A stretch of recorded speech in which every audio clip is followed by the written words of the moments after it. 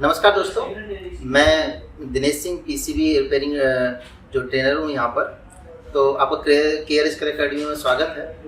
तो दोस्तों, आज हम समझेंगे जो एसएमपीएस जो सप्लाई होती है वो किस तरीके से काम करती है। तो जो हमारी एसएमपीएस सप्लाई है वो हमारी विंडो एसी, स्प्लिट एसी और इन्वर्टर एसी तीनों में ही ये सप्लाइयाँ आती है।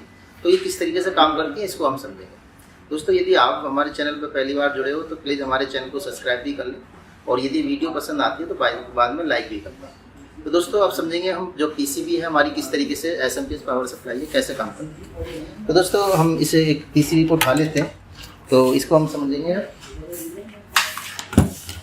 तो दोस्तों, इसके जो पीसीबी है आप यहाँ पर देखोगे तो ये इसमें एसएमपीएस बना हुआ है, और जो एसएमपीएस जो काम करता है वो हमारी पीसीबी की रिक्वायरमेंट के हिसाब से वोल्टेज तैयार करता है। तो यहाँ पर हम चेक करेंगे तो इसमें जो सप्लाइयाँ जो बन रही हैं इसके अंदर दो सप्लाइयाँ बनी हुई हैं, क्योंकि इसमें जो आउटपुट के दो डायोड लगे हुए हैं। तो ये दो डायोड है, दो सप्लाइयाँ यहाँ पे बनेंगी, और दो सप्लाइयाँ जो बनने के बाद हमारी पीसीबी के रिक्वायरमेंट के हिसाब से वोल्टेज तैयार होंगे। तो दोस्तों, हम पीछे से देख लेते हैं इसका। तो क्योंकि इसमें डबल सर्किट होता है इसलिए थोड़ा सा इसका जो डायग्राम होता है थोड़ा टेढ़ा होता है, लेकिन आपको मैं समझाने की कोशिश करूँगा। तो दोस्तों, ये 300 प्लस है।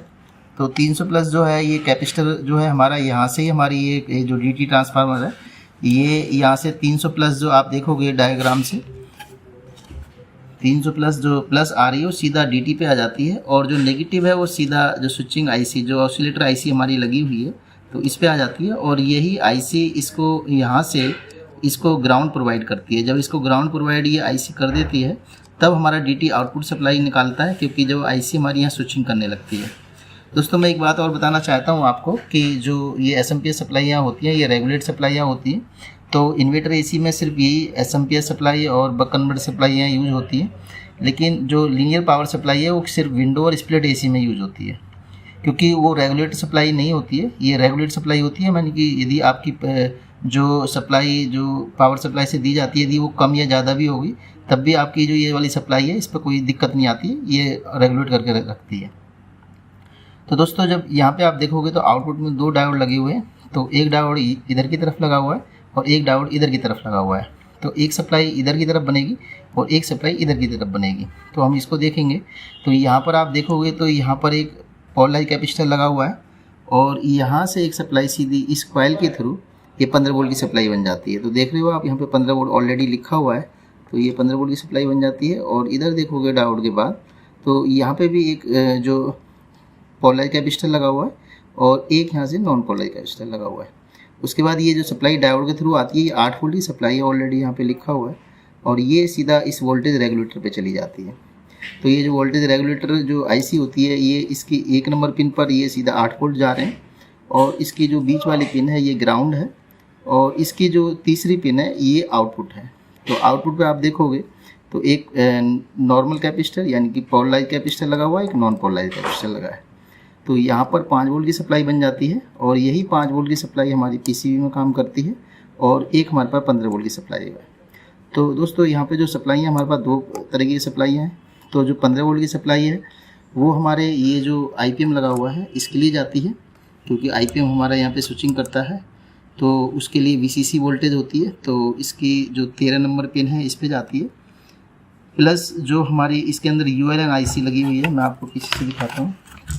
जो ये वाली आईसियाँ लगी हुई हैं इनके लिए 15 वोल्ट की सप्लाई जा रही है इस पीसीबी के अंदर।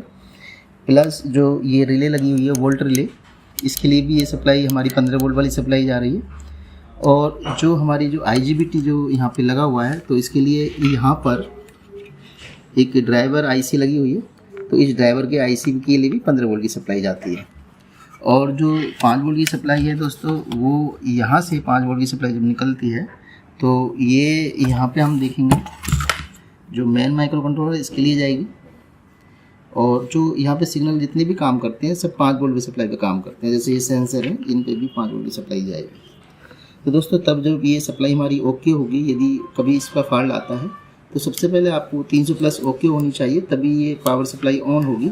यदि आपको पावर 300 प्लस यहाँ पर नहीं मिले हैं कैपेसिटर पर तो ये पावर सप्लाई ऑन नहीं होगी, क्योंकि 300 प्लस जब होगी तभी उन्हीं 300 प्लस वोल्टेज से ये सप्लाई ऑन होती है, और ऑन होने के बाद ही फिर ये आउटपुट जो सप्लाई है ये निकालती है। तो यदि ये आउटपुट सप्लाई तभी निकलेगी तब हमारे जब SMPS के अंदर लगा हुआ DT और IC जो मिलकर दोनों स्विचिंग कराएंगे तब हमारी आउटपुट वोल्टेज निकलेगी।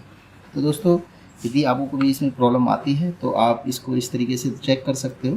तो इसमें लगे हुए IC और DT के फॉल्ट बहुत ज़्यादा आते हैं, तो आप दोनों को चेक कर सकते हो। यदि प्रॉब्लम आती है तो आप इसको प्रॉब्लम सॉर्ट आउट कर सकते हो। दोस्तों अगली वीडियो में अगले टॉपिक के लिए मिलेंगे। धन्यवाद।